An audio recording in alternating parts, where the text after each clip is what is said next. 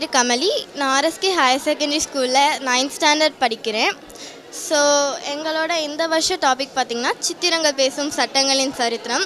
அந்த டாப்பிக்கில் நாங்கள் ஒவ்வொரு வருஷமும் டிஃப்ரெண்ட் டைப் ஆஃப் தீம் பண்ணுவோம். ஸோ இந்த வருஷம் ஒவ்வொருத்தவங்களும் இந்தியன் ஆக்ட்ஸ் பற்றி பண்ணியிருக்கோம்.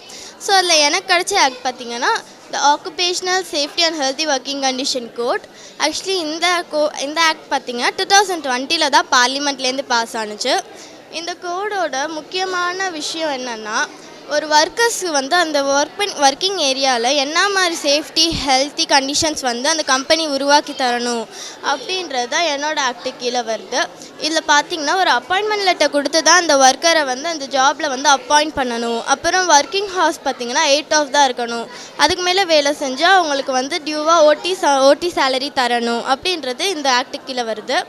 ஸோ போனஸ், கிராஜுவேட்டி சார்ஜ் இதெல்லாம் பார்த்திங்கன்னா சேலரியோட சேர்த்து தராமல் செப்பரேட்டடாக தான் தரணுன்றது இந்த ஆக்டு கீழே வருது.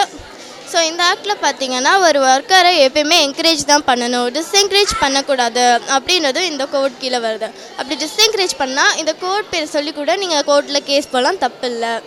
அப்புறம் நான் இதில் பார்த்திங்கன்னா யூனியன் ஸ்ட்ரென்த் காமிச்சிருக்கேன். இந்த பிக்டோகிராம் எதை ரெப்ரசன்ட் பண்ணுதுன்னா, ஒரு ஒர்க்கர் வந்து கெமிக்கல் ஃபேக்ட்ரிஸில் வேலை பார்க்குற ஒர்க்கர்ஸ்க்கு இந்த பிக்டோகிராம் பற்றின அவேர்னஸ் இருக்கணும். அது இருக்கிறது வந்து அந்த கம்பெனியோட பொறுப்பு தான், அவங்க வந்து ட்ரைனிங் கொடுத்து தான் சொல்லணும் அப்படின்றது என்னோடய கோடு கீழே வருது. ஸோ இங்கே இருக்கிற ஒவ்வொரு திங்ஸுமே டீட்டெயில்டாக காட்டுறதுக்கு நான் இங்கே ரைட்டர்ஸ் காமிச்சிருக்கேன். அதாவது employees right, working hours, agreements இதெல்லாம் காமிச்சிருக்கேன். ஸோ என்னோடய ஆக்டில் இந்த மாதிரி விஷயங்கள் தான் சொல்கிறாங்க. ஸோ நான் இது எல்லாத்தையுமே ஆயில் பேஸ்டலில் பண்ணியிருக்கேன். ஸோ இந்த பிக்சர் நான் எதை ரெப்ரசன்ட் பண்ணுறேன்னா, ஒரு டிவோஷனல் பிக்சராக நான் இதை ரெப்ரசன்ட் பண்ணுறேன். ஆக்சுவலாக இந்த பிக்சரில் பார்த்திங்கன்னா அந்த கவ் வந்து அந்த பெல்லை வந்து அடிக்கிறப்ப சந்தோஷமாக இருக்குது, அந்த மாதிரி ஒரு ஃபீலை நான் இந்த பிக்சரில் கொண்டு வரேன். ஸோ இந்த பிக்சரில் பார்த்திங்கன்னா நான் வந்து நேச்சர் தீமில் பண்ணியிருக்கேன். அந்த பொண்ணு வந்து அந்த நேச்சரில் இருக்க மைன்யூட்டான திங்ஸையும் ஆள் மனசுலேருந்து ரசிக்கிற மாதிரி நான் இந்த பிக்சரில் கொடுத்துருக்கேன். ஸோ இந்த பிக்சர் பார்த்திங்கன்னா ஸ்டில் லைஃப், நிலையான வாழ்க்கை. ஸோ இந்த பிக்சரில் பார்த்திங்கன்னா அந்த எக் பவுல் வந்து என்ன மாதிரி லைட்ஸ் ரிஃப்ளெக்ட் பண்ண, அந்த ஸ்பூன் வந்து எப்படி ரிஃப்ளெக்ஷன் வந்து அழகாக கொடுக்குது, அந்த வுட் டெக்ஸ்சர்ஸ் எவ்வளோ அழகாக இருக்குன்றதை தான் நான் இந்த பிக்சரில் காமிச்சிருக்கேன். ஸோ எனக்கு இந்த ஆப்பர்ச்சுனிட்டியை கொடுத்த டிசைன் ஸ்கூலுக்கு நான் ரொம்பவே தேங்க்ஸ் பண்ணிக்கிறேன்.